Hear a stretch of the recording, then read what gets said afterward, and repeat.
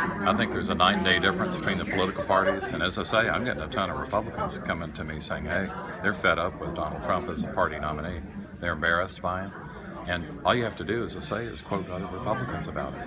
They are stunned that a major party could nominate somebody like that. Now, we're still a long way from the election, but this is the most hopeful sign we've had in many decades about folks coming back to the Democratic Party.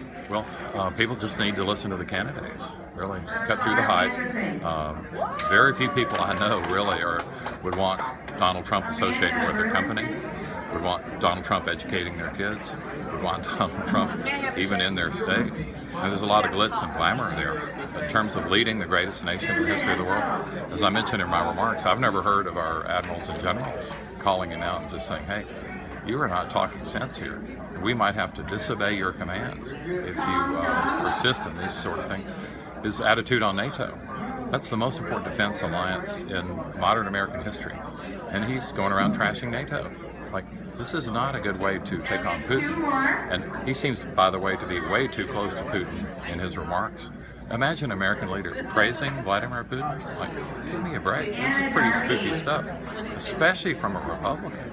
So this is something unlike anything we've ever seen before. And I hope voters pay attention to this and start paying more attention to Hillary Clinton, because I think she's vastly better than Trump could ever be. I've heard a lot of people talk about the Supreme Court Justice Ruth Bader Ginsburg was joking about what her husband would said, you know, leaving the country if Trump's president. Nobody wants to do that. But this is truly stunning stuff, truly outside of any historical norm. I think you have to go back to the McCarthy era or something like that before you can even find a parallel with what's going on right now in the Republican Party.